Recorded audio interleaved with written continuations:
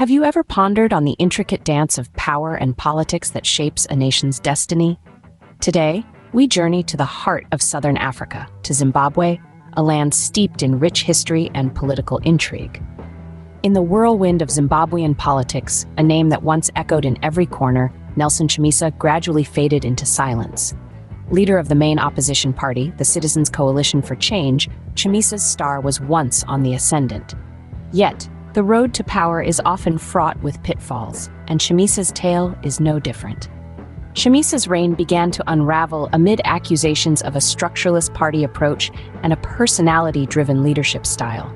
The party that once stood as a beacon of hope for many began to crumble from within, torn apart by internal divisions and challenges. A series of missteps led to the recall of MPs and councillors, and the ruling party, ZANU-PF, seized the opportunity, gaining a two-thirds majority in parliament. Chamisa's fall did not come overnight. It was a gradual descent, marked by a series of misjudgments and a lack of clear organizational structure. Critics pointed to his inability to keep a firm grip on the party reins, leading to the infiltration by the ruling party, and ultimately the disintegration of the CCC. But the tale does not end with Chamisa's resignation. In the face of adversity, he displayed resilience and a determination to forge a new path.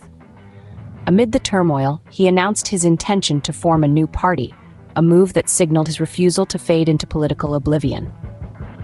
The Blue Movement, as it came to be known, emerged from the ashes of the CCC. It represented Chamisa's vision of fresh and credible leadership, a beacon of hope in a land that has seen its fair share of political turmoil. To summarize, Nelson Chamisa's journey, from his fall from the helm of the CCC to the launch of the Blue Movement, serves as a stark reminder of the volatile nature of politics. It is a tale of power, ambition, and resilience, a testament to the indomitable spirit of those who dare to dream of change. Yet it also underscores the need for effective leadership and organizational structure in any political endeavor. As we watch the Blue Movement take its first steps, we are reminded of the cyclical nature of political power. And while the future remains uncertain, one thing is clear. In the grand theater of Zimbabwean politics, the final act of Chamisa's tale is yet to be written.